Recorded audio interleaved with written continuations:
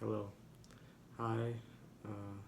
For today's video, we are going to learn about hell. The topic is what is hell? So, I have 6 points. I have 5 points where I'm going to use to support my claim of what hell is, and I'm gonna use these points to actually um, actually answer what hell is. So yeah, so basically, people think that people know the name hell, but do they really know what hell is the real question. Um, hell is uh, hell is a bad place. People think that they wouldn't go to hell. People think that they would go to heaven um, when they die. But I'm going to tell you the truth, and also I won't tell a lie. Because if I tell a lie, I will be judged more than you, and I will be condemned to hell much worse than you. And I'll tell you the reasons why. And yeah, so my first point is it is a place of torment for all human beings. Hell is a place of torment for all human beings. For all, if you're a human being, that means that you are born of the seed of Adam and Eve. That means that you were um, a seed. You are a seed of Adam and Eve, basically. So, uh, yeah, and no matter your age, no matter your height, no matter your race, no matter your skin color, it does not matter. It does not matter. You yourself, you yourself are a human being, all right, and uh, you're made in God's likeness, always. And when I say that, uh, no matter age, right? What I mean by that is that if you if you if you um if you're 4 years old and you lied, right? Right, you're not really gonna go to hell because you you lied when you were 4 years old, because you don't really know, uh, you don't really have knowledge of what it means by lying. You don't really know what that means. You know, you don't know what sin truly is. Um, so, uh, but when you willfully, like, you yourself, you know this is a sin. You have knowledge that this can condemn you to go to hell. You know this, and you still do that sin. That's righteous for God to judge you and send you to hell when you die. So, um, yeah. So I have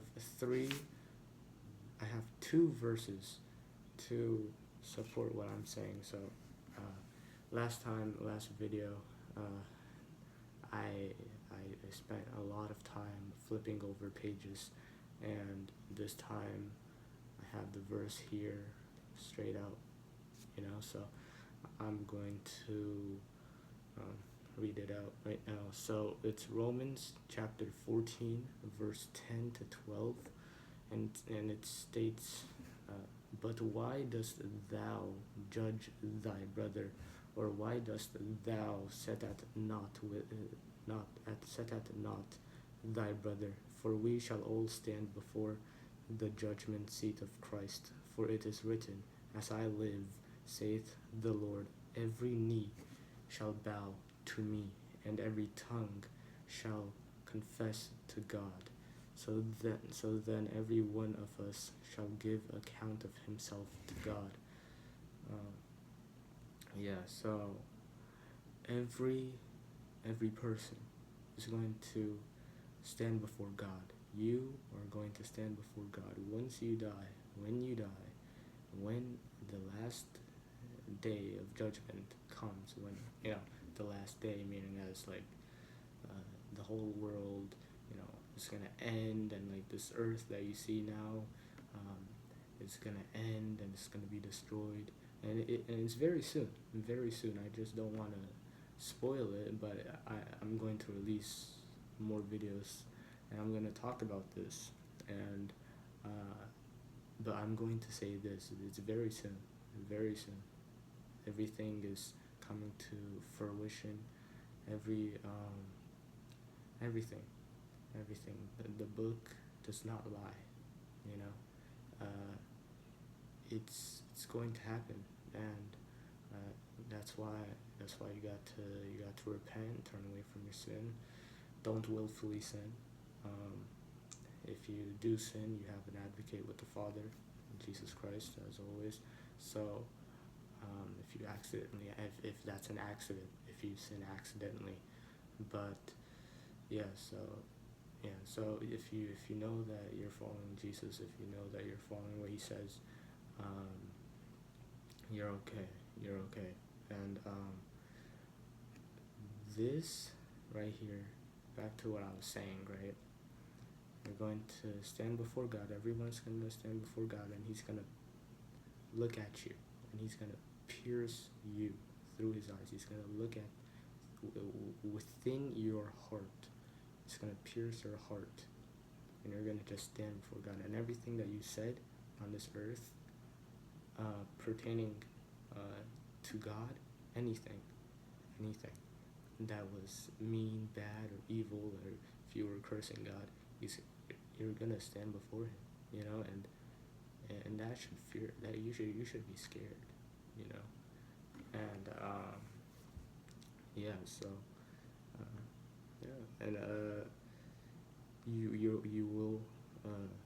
you will bow your knee to Jesus, and you will account to everything, every bad, evil thing, evil deed that you have done, and everything that you've done against him, and everything. Your life is going to be shown in this judgment. Your life is going to be blatantly right there, straight out, just right there.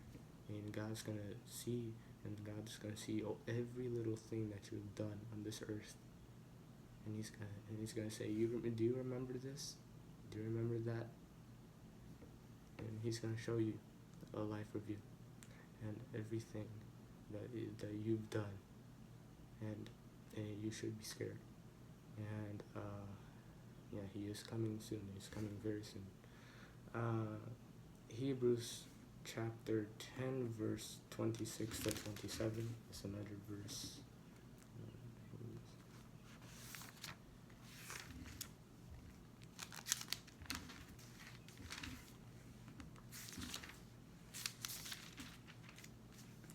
For if we sin willfully after that we have received the knowledge of the truth, there remaineth no more sacrifice for sins, but a certain fearful looking for of judgment and fiery indignation, which shall devour the adversaries.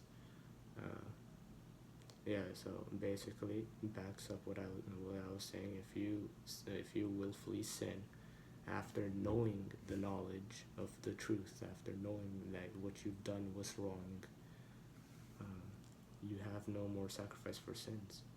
And so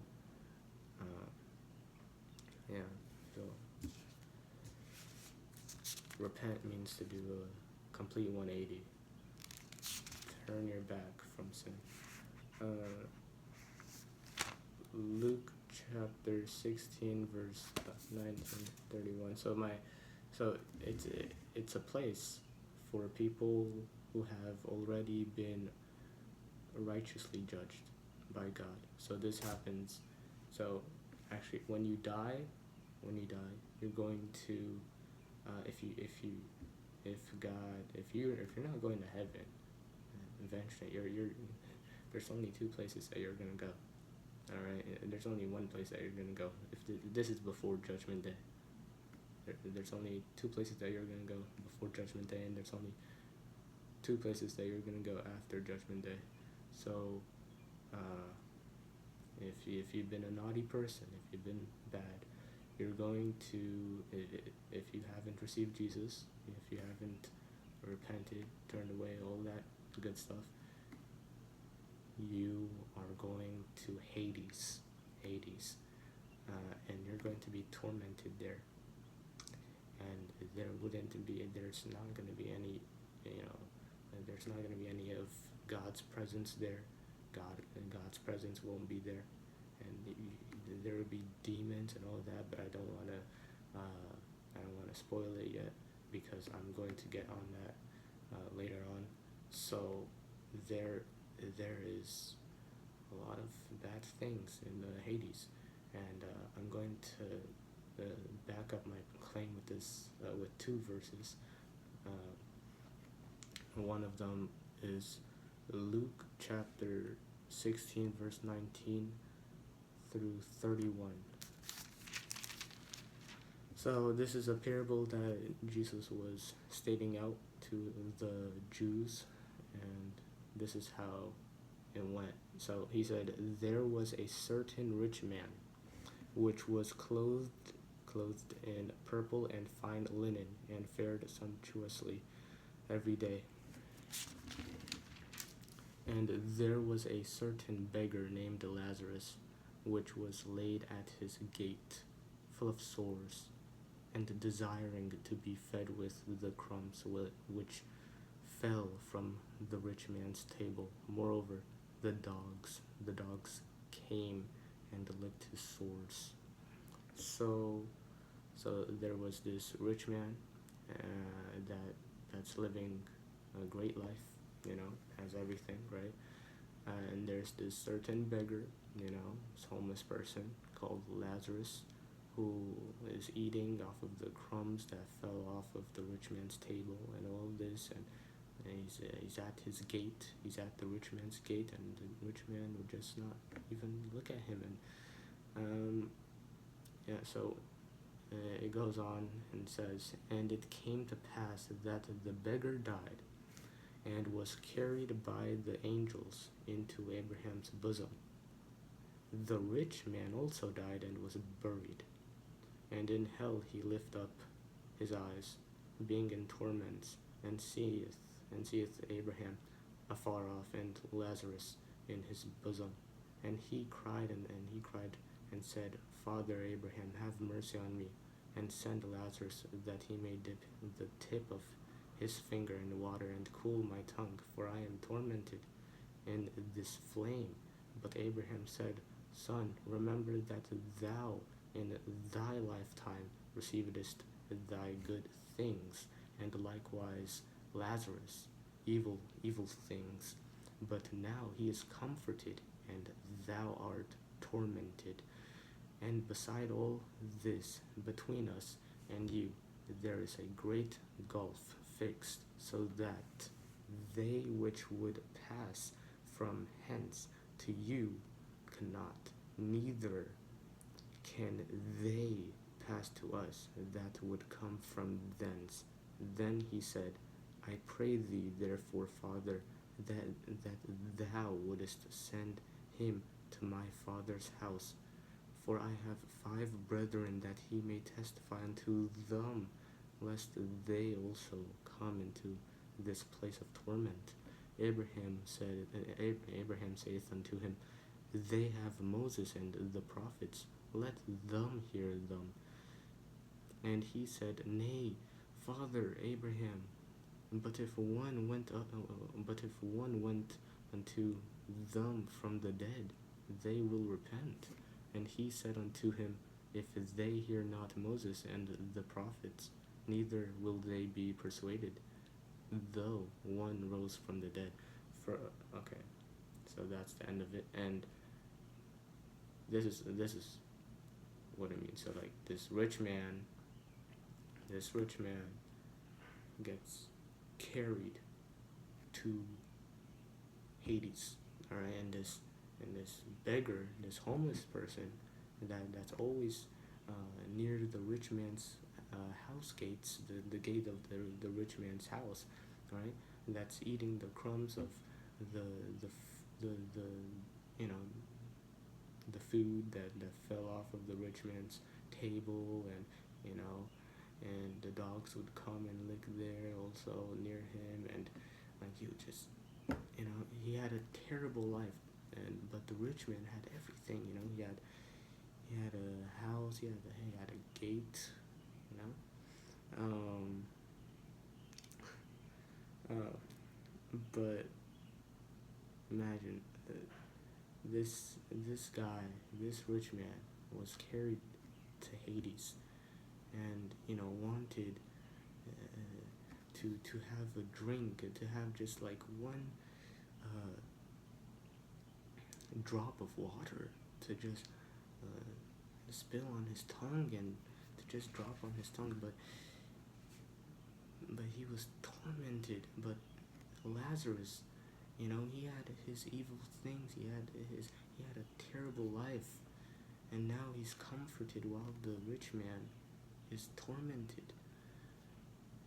And beside all this, between us, you there, and between us and you, there is a great gulf fixed, which means that between Lazarus and the rich man, there's a big gulf, so they can't actually go to one another. They can't reach each other.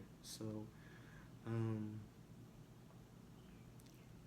so yeah, I mean, if you don't know who Abraham is, Abraham is like the father of the Israelites, and most of the population that are living in the Middle East right now are Abraham's descendants. So, uh, so yeah, so Lazarus is with Abraham, comforted, you know, in heaven. He's in heaven, and Lazarus is just in Hades, waiting for the last day of judgment, the judgment day, the day of judgment. And Lazarus wanted Abraham to send, no, the rich man wanted Abraham to send Lazarus to testify, to tell his brothers about this place, so that they don't come there, so that they won't reach to where he's at, because it's not a good place. It's a place of torment, full of fire in Hades. And Abraham just responded, saying that they have the prophets, and they have Moses, and let them hear them.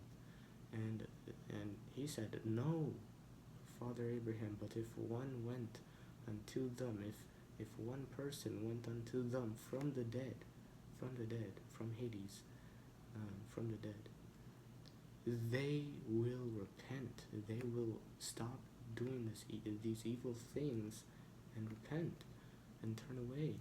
And he said unto